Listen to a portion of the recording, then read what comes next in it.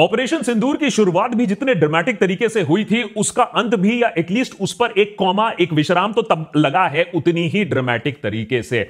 इससे पहले कि पाकिस्तान की सरकार या भारत सरकार कोई अनाउंसमेंट करती, डोनाल्ड ट्रंप का ट्वीट आता है। पूरी दुनिया को बताया जाता है कि डोनाल्ड ट्रंप ने और ट्रंप एडमिनिस्ट्रेशन ने पूरी रात बर्बाद की है भारत सरकार और पाकिस्तान सरकार के साथ, और दोनों सरकारों ने इस बात को मान लिया है कि अब इस चीज पर एक पॉज लगा दिया जाए, एक सीज फायर कर दिया जाए। जो 4 दिन से जो कॉन्फ्रंटेशन चल रहा था, जो 4 दिन से एक दूसरे पर जो हमला चल रहा था, ऑपरेशन सिंदूर के बाद जो गन्स और जो ड्रोन्स और जो स्ट्राइक्स का जो एक सिलसिला चल रहा था, उसे अभी के लिए रोका जाए। So it is a pause as of now. अभी के लिए एक पॉज है, एक विश्राम है। अब इसके बाद क्या होता है, सीज फायर मेंटेन होता है या नहीं, वो अपने आप में एक बहुत बड़ा सवाल है। भारत सरकार ने एक क्विक प्रेस ब्रीफिंग करके यह बात को स्पष्ट कर दिया कि दोनों मिलिट्री हेड्स ने आपस में बात कर लिया है और 5 बजे से सीज फायर ऑलरेडी इंपैक्ट में आ चुका है। It is already in motion. सवाल तब आता है कि ये जो 4 दिनों का जो कॉन्फ्लिक्ट हुआ, ये जो बैटल हुआ, पूरा युद्ध भी नहीं था, लेकिन ये एक छोटा सा सर्जिकल स्ट्राइक भी नहीं था, तो इसका परिणाम क्या निकला? क्योंकि पाकिस्तान अपना एजेंडा चलाएगा, बोलेगा कि हम सब जीत चुके हैं, हमने सबक सिखा दिया है, और भारत सरकार का जो एजेंडा था क्या वो सफल हुआ, उस पर भी एक सवाल होगा। भारत सरकार का एक पॉइंट क्या था, और ये बहुत ही बड़ा एक चेंज इन पैराडाइम जिसके बारे में हमने पहले से ही बात की थी। जिस दिन पुलवामा हुआ था उस दिन से हम बोलते आए हैं कि इस बार पुलवामा का जो जवाब है has to be a disproportionate response, और ऑपरेशन सिंदूर में हमने एक डिसप्रोपोर्शनेट रिस्पॉन्स जरूर देखा कि टेररिज्म को अब हम चुप रह के या डिप्लोमेटिक तरीके से सुलझाने की कोशिश नहीं करेंगे। और आज ही के दिन सूत्रों के हवाले से सरकार का एक नया रवैया सामने आया, एक नई डॉक्ट्रिन के बारे में बात की जा रही है कि भारत सरकार अब फ्यूचर टेरर अटैक्स को as an act of war मानेगा। तो क्या अब पाकिस्तान बोल सकता है कि हमने मुंह तोड़ जवाब दिया, हमने फाइटर गिरा दिया तो हम जीत गए, या भारत सरकार ने भी एक नया रेड लाइन क्रिएट कर दिया है और जीत फिर उसी की हुई है? क्योंकि इंटरनेशनल कम्युनिटी में फिर से पाकिस्तान के टेरर लिंक्स पर काफी ज्यादा चर्चा होने लगी है। देशभक्त के आज के एपिसोड में जल्दी से समझते हैं पिछले 4 दिनों में हुआ क्या है। ये जो टेलीविजन न्यूज का जो सायरन है, टेलीविजन न्यूज का ये जो हाइपरबोली है और जो फेक न्यूज है, अगर आप उसे हटा दें तो पिछले 4 दिनों में एक्चुअली हुआ क्या, उसको समझना जरूरी है। क्योंकि अल्टीमेटली भारत और पाकिस्तान ने एडमिट क्यों किया या अग्री क्यों कर गए ये यूएस प्रस्ताव के साथ, क्योंकि Pakistan also had to lose a lot, और भारत सरकार के लिए भी indefinite war is not a good solution, क्योंकि उसको तो एक मैसेज भेजना था जो उसने पहली रात को ही भेज दिया था। आइए समझते हैं पिछले 4 दिनों में हुआ क्या। सबसे पहले तो obviously operation Sindoor which came as a huge shock, क्योंकि यहां तो ड्रिल्स की तैयारी हो रही थी और उसी रात को सर्जिकली हमने no terror camps, no terror infrastructure को across the line of control and across the international border. अब एलओसी के अक्रॉस तो हमने पहले भी सर्जिकल स्ट्राइक किए थे, लेकिन इस बार, और मैं इसलिए कह रहा हूं नया पैराडाइम, नया मैसेजिंग, ये बहुत इंपॉर्टेंट चीज है। और शायद टेलीविजन न्यूज भी इस चीज पर उतना फोकस नहीं कर पाई, क्योंकि हम तो कराची पोर्ट उड़ाने में ही इतना बिजी रहे थे, जबकि जियो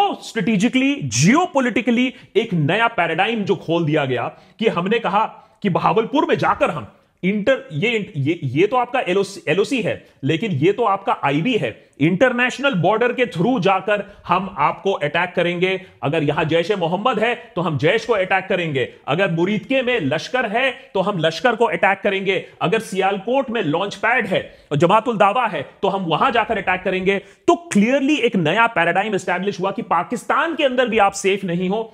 पाकिस्तान ऑक्यूपाइड कश्मीर तो दूर की बात है, हम तो इंटरनेशनल बॉर्डर भी क्रॉस करेंगे। ये बहुत बड़ा सिग्निफिकेंट स्टेप है।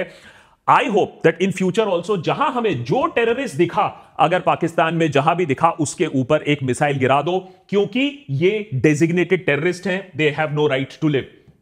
ऑब्वियसली पाकिस्तान ने भी उसके बाद अपना हमला शुरू कर दिया। सबसे पहले पाकिस्तान ने अपने जो हैवी आर्टिलरी है उसको खोल डाला, और heavy tank, heavy armour, heavy ammunition से तंगधर, बारामूला, उरी, पूंछ, रजौरी, पूंछ खासकर की बहुत बुरी तरीके से पाकिस्तानी शेलिंग का शिकार होता है। 15 लोगों की मौत होती है, सिविलियंस, गुरुद्वारा। तो क्लियरली पाकिस्तान को उतना कोई फर्क नहीं पड़ता है, हमें मिलिट्री या नॉन मिलिट्री टारगेट को स्ट्राइक करना है, हमें जो मिलेगा हम स्ट्राइक करेंगे। तो सिविलियन लाइफ का उतना कोई रिस्पेक्ट था नहीं जहां तक हमें देखा। इंडिया ने भी कहा कि अगर आप अब हमारे मिलिट्री और नॉन मिलिट्री एसेट्स को स्ट्राइक करोगे तो हम भी आपके एरिया में जाकर आपके डिफेंसेस टेस्ट करेंगे। और एज अ डेमोन्स्ट्रेटर मेरे ख्याल से तो लाहौर में जाकर सीधे दिखा दिया कि हम आपका लाहौर में घुस के आपके एयर डिफेंसेस को डिसेबल कर सकते हैं। और across the line of control and international border भी हमने उनके एयर डिफेंस को टेस्ट किया अपने ड्रोन्स भेजकर ऑन द सेकेंड डे। तीसरे दिन, और यहां से सिचुएशन और भी ज्यादा एस्केलेट होने लगती है, तीसरे दिन जो रात को जो अनमैन्ड एरियल ड्रोन्स हैं, मिसाइल स्ट्राइक्स हैं, वो बढ़ने लगती है।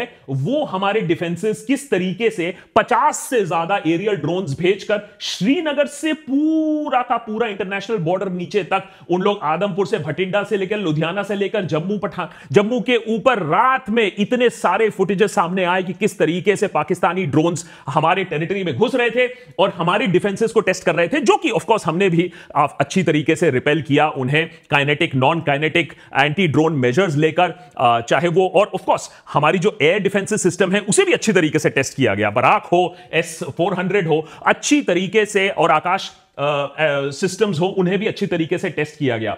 लेकिन अगर आप देखें कि the scope of the attack, कि कितने सलीके से और कितने डेप्थ तरीके से और पाकिस्तान ने सोचा कि हम पूरे के पूरे डिफेंसेस टेस्ट करेंगे, इसीलिए श्रीनगर से लेकर, जम्मू से लेकर, लुधियाना से लेकर भुज तक, पूरे गुजरात तक इन लोग ने यह टेस्टिंग करने की कोशिश की। और थर्ड, जो तीसरे रात को सिचुएशन और भी ज्यादा एस्केलेट होने लगी जब उन्होंने 300 से भी ज्यादा ड्रोन्स हमारे तरफ भेजे। हमारे डिफेंसेस, हमारे जो एयरपोर्ट्स हैं, जो मिलिट्री बेसेस हैं, उन्हें टारगेट करने की कोशिश की। और इंडिया ने भी जवाबी कार्रवाई में अपने ड्रोन्स भेजकर पाकिस्तान के डिफेंसेस को भी निस्तनाबूद और उनके डिफेंसेस को भी शैटर करने की कोशिश की। मेरे ख्याल से सिचुएशन फर्स्ट 3 नाइट्स का उतना नहीं था जितना कि लास्ट नाइट का था, the 4th night after operation Sindoor. और मेरे ख्याल say that is when America भी कहा कि भैया अब सिचुएशन आउट ऑफ कंट्रोल हो रहा है, हमें अब बातचीत करनी होगी, हमें दोनों न्यूक्लियर पावर्स को अब रिस्ट्रेन करना होगा। क्योंकि जो हमने चौथे रात को देखा वो situation was completely ageing towards a war. और मैं इसलिए ये कह रहा हूं क्योंकि जो तीसरे और दूसरे रात को देखा गया था कि उन लोग हमारे डिफेंसेस को टेस्ट कर रहे थे और हम पाकिस्तान के डिफेंसेस को टेस्ट कर रहे थे। लेकिन इसके बाद उन लोग ने जो 300 से भी ज्यादा यूएवीज भेजने की कोशिश की, हाई स्पीड मिसाइल दागने की कोशिश की पंजाब में, श्रीनगर, उधमपुर, पठानकोट, भटिंडा, आदमपुर, हमारे सारे मिलिट्री एयरपोर्ट्स पर जो अटैक करने की कोशिश की इन a systematic way, even in भुज, तो यह दिखा रहा था कि पहले उन लोग टेस्ट कर रहे थे हमारी एयर डिफेंसेस और उसके बाद प्रोग्रेसिवली और भी ज्यादा गोलाबारी और बमबारी करने की कोशिश कर रहे थे। श्रीनगर में, अवंतीपुरा में, उधमपुर में स्कूल्स और अस्पताल तक को नहीं छोड़ा गया था। तो यह बात बार बार भारत सरकार भी बोलते आई है कि एक जंग है आपके तरफ, लेकिन दूसरी तरफ आपको सिविलियन लाइफ का कोई भी रिस्पेक्ट नहीं है। जानबूझकर Pakistan along the line of control and international border civilian aircraft उड़ा रही है, जिससे हम जवाब ना दे पाए, या फिर अगर जवाब दे तो गलती से कोई पैसेंजर एयरक्राफ्ट में लग जाए। तो किस चीज को देखिए धीरे धीरे एस्केलेट करने की कोशिश हो रही है और डर्टी गेम्स खेले गए हैं, वो चीज भी सरकार ने क्लियरली स्टेट किया था अपने प्रेस कॉन्फ्रेंस में। और 4th नाइट को ही सरकार ने भी अपनी जवाबी कार्रवाई में देखिए कैसे चकाला में, मुरीद में, नॉट ओनली दैट, बोला तो जा रहा है कि सियालकोट तक भी हम पहुंच गए हैं। सियालकोट के रनवे पर अगर आप सैटेलाइट फोटोज देखें तो खबर यह भी आ रही है कि सियालकोट के रनवे को भी डैमेज किया गया है। तो कहीं ना कहीं सरकार ने भी बोला कि हम पीछे नहीं हटने वाले हैं, अगर पाकिस्तान कुछ करेगा तो हम उसका उतना ही प्रोपोर्शनेट, तो definitely may be disproportionate also, लेकिन प्रोपोर्शनेट रिस्पॉन्स और जवाब तो दिया जा रहा था very very clearly. Pakistan in the mean time उन्होंने भी अपने हेवी आर्टिलरी खोलकर कुपवारा, बारामूला, राजौरी, पुंछ, ये 4 दिन से ये जो बैटरिंग चलती आई है वो भी काफी दिनों से और काफी देरी से चलती आई है। तो ये सिचुएशन था। अब इसके बीच में पाकिस्तान क्लेम कर रहा है कि हमने इतने फाइटर गिरा दिए, इंडिया क्लेम कर रहा है कि हमने ये गिरा दिया।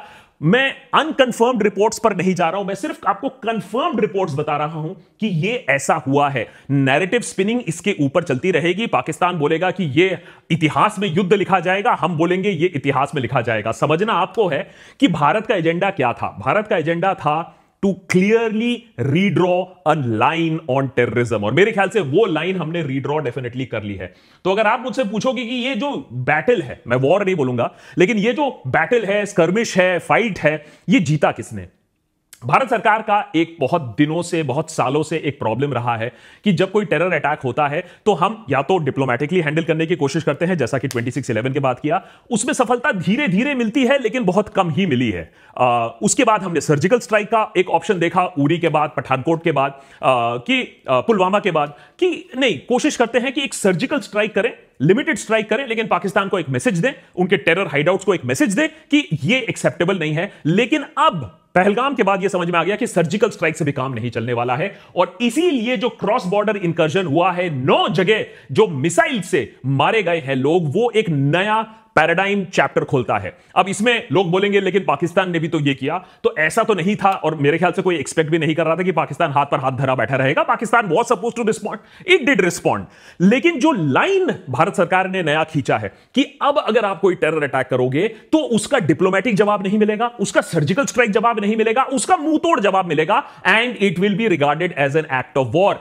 चाहे वो अमेरिका हो, चाहे वो चाइना हो, या फिर वो पाकिस्तानी डीप स्टेट हो, पाकिस्तानी आर्मी हो, उसे यह बात समझनी पड़ेगी कि अब जो परिभाषा है एक टेरर अटैक का, उसे as an act of war लिया जाएगा। यह अपने आप में एक बिग विक्ट्री है। दूसरी बात, अगर पाकिस्तान इतना कॉन्फिडेंट था, अगर पाकिस्तान इतना सुपीरियर था, तो उसने फिर बात क्यों मानी डोनाल्ड ट्रंप की? उसने क्यों बोल दिया कि चलिए सुलह कर लेते हैं, फोन पर बात कर लेते हैं, सीज फायर कर लेते हैं? वो इसलिए क्योंकि पाकिस्तान को भी मालूम है उसके फाइनेंशियल रिसोर्सेज बहुत ही बुरी तरीके से स्ट्रेच्ड हैं, और ना China openly beyond a certain point of time उसे सपोर्ट करेगा। अभी के लिए सपोर्ट किया, चलो अच्छी बात है, लेकिन इंडेफिनेटली नहीं करेगा, और आपको तो लोन ले लेकर काम चलाना पड़ रहा है। जो इंटरनेशनल IMF ने भी अभी आपको लोन मुहैया कराया, उसी से आपका काम चलेगा।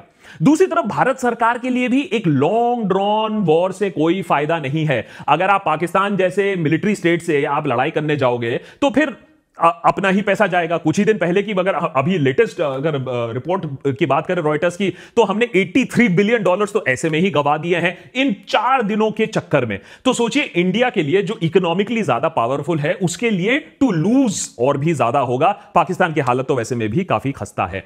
तो काफी रीजंस हैं कि इंडिया ने भी कहा चलो हमने तो अपना मैसेजिंग कर दिया, अब हम शांति से बैठ जाते हैं। और पाकिस्तान को समझ में आ गया था कि भैया देखो, जितना हमसे हो पाया 2-4 दिनों में उतना कर लिया, आप शांति से बैठ जाओ, नहीं तो जो फंडिंग आएगी वो भी रुक जाएगी। सवाल है कि अब क्या होगा, और विक्ट्री और डिफीट इस बात से आपको समझ में आएगी। इस बात पर कोई डिबेट नहीं है कि उरी के बाद और पुलवामा के बाद जो टेरर अटैक्स हैं उसमें एक रिडक्शन आया था। ये जो एडवेंचरिज्म था वो थोड़ा कम हुआ था, पाकिस्तानी डीप स्टेट भी थोड़ा सा शांति से बैठा था। इस रिस्पॉन्स के बाद पाकिस्तानी एडमिनिस्ट्रेशन को यह सोचना पड़ेगा कि यह चीज अलाउ कर सकते हैं या नहीं। पाकिस्तानी एडमिनिस्ट्रेशन को यह सोचना पड़ेगा कि जमातुल दावा, मुजाहिदीन, इन लोगों को हम क्या पाकिस्तान में फ्रीली ऑपरेट करने देंगे? एक जमाना होता था शायद स्ट्रेटेजिक डेप्थ के लिए आप लोग ने लश्कर तोयबा को और हाफिज सईद को, इन लोगों को खुली छूट देकर रखी थी, लेकिन अब नहीं दे सकते हो। और भारत सरकार का यही पॉइंट है। अगर भारत सरकार इस चीज को हैमर इन करते रहे, अगर हमारी मीडिया सायरन ना बजाकर पाकिस्तान का टेरर लिंक को हैमर इन करता रहे, तो इंटरनेशनल कम्युनिटी में हम उसकी काफी अच्छी तरीके से थू थू कर पाएंगे आने वाले दिनों में भी। हमने भी पाकिस्तान के टेरर को इंटरनेशनलाइज कर दिया है। अगर इसी चीज को हम आगे रखेंगे, अगर टेरर को टेरर से ही, टेरर को वॉर से जवाब देंगे, तो मेरे ख्याल से एक नया पैराडाइम, एक नई परिभाषा डेफिनेटली बनेगी। इंडिया का काम था मैसेज देना, हो गया। 4 दिनों में डोनाल्ड ट्रंप अंकल भी आ गए, उनको नोबेल प्राइज चाहिए शायद, लेकिन जो भी हो उन्होंने सुलह करा दी, बोला चुप बैठ जाओ। अब बारी तो हमारी है, ball is in our court. अगली बार पाकिस्तान ऐसा कुछ करता है तो वेरी क्लियरली हमें मालूम है कि जवाब कितना बड़ा होने वाला है। अब इसके बाद भी जीत हार का एजेंडा तो चलता रहेगा, प्रोपेगेंडा चलता रहेगा, लेकिन अभी तो एक क्लियर मैसेज दे दिया गया है।